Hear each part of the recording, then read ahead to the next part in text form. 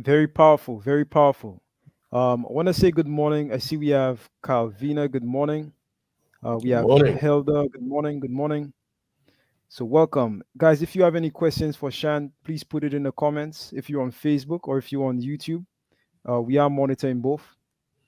All right. So let's get into the next question. So the next question is actually from somebody named Shakira. Shakira from Philadelphia.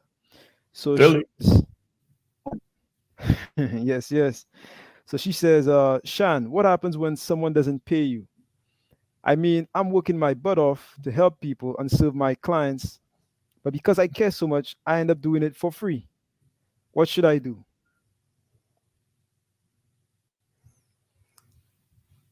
Wow. Okay. Because you care so much, you end up doing it for free. I would ask you to take account of your assets and liabilities, right? Take account of your assets and liabilities. The assets are the things that you work for, right? Your assets are the things that you work for. Your family, that's an asset. Your health, that's an asset. Your desire to give and be of value, that's an asset. If you've got education or proficiency in a Mhm. specific trade, that's an asset. And then I want you to take account of liabilities. Liabilities are bills. So the lights are a liability. The technology you have going on, that's a liability. All of the bills that you have to pay are a liability. Your client population should be an asset. Your business should be an asset. Now, let me explain. It costs money to tend to your asset. Technology is for the benefit of the asset. It's a liability, but it's a benefit for the asset. The technology is a bill incurred every month for your asset, access to you.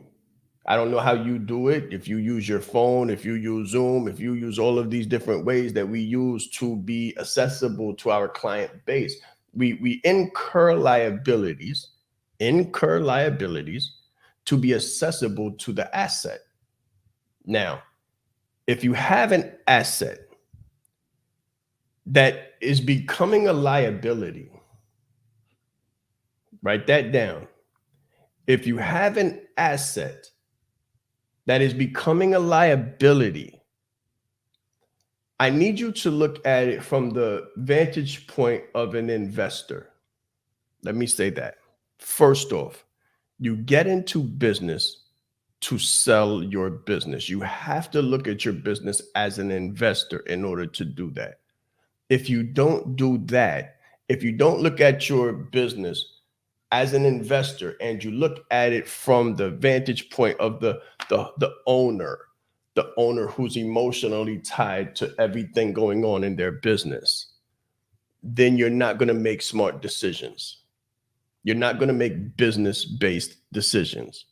You're going to make liability based decisions. And you're going to have a lot of people that are not paying you. You're going to be giving away services like water. And what happens is you're never going to be able to sell that business. Your business should be an asset. But if you have liabilities, more liabilities than assets in your business, then your business becomes a liability. So, what happens when you are climbing Mount Everest and you fall under a harsh snowfall and you begin to get gangrene or frostbite in the tips of your fingers? What do you have to do, Frederick? What do you have to do, Junior? You have to cut it off Why? because it's going to affect the entire body. Please understand that, guys. When you have a liability, an asset, someone who's supposed to be an asset, the client that you're talking about, the clients that you're talking about, they came in probably as assets. They were supposed to be assets. They told you, they signed something. They told you, we're going to pay this amount every month. And they took your kindness for weakness. They took your desire to serve for granted. Do you understand? And they changed. It happens sometimes. They changed from an asset to a liability. And if you allow them to remain, like you said, now it feels like you're doing it for free. That's probably because people caught on and now nobody's paying you. And your business has become a liability. It's not a business anymore. It's a clubhouse. And even clubhouse is a business, right?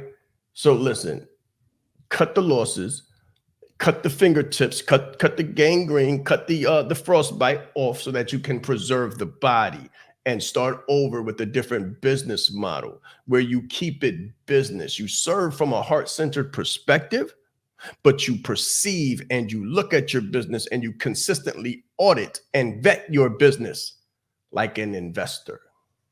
It's an investor's perspective. Write that down. Investor's perspective. If your business doesn't make sense, it'll never make profit.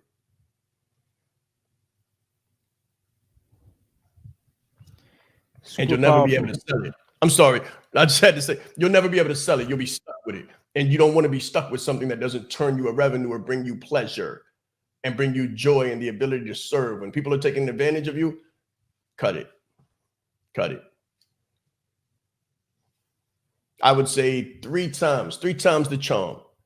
One time, issue comes up, there's a problem somewhere, something happens, no problem. Second time, it's a red flag. It's a red flag, especially within a certain amount of time, right? Especially within a certain amount of time. So let's say 3 months, 3 problems. That's a problem. You got to get rid of it. Twice in 6 months, maybe, but it's a red flag.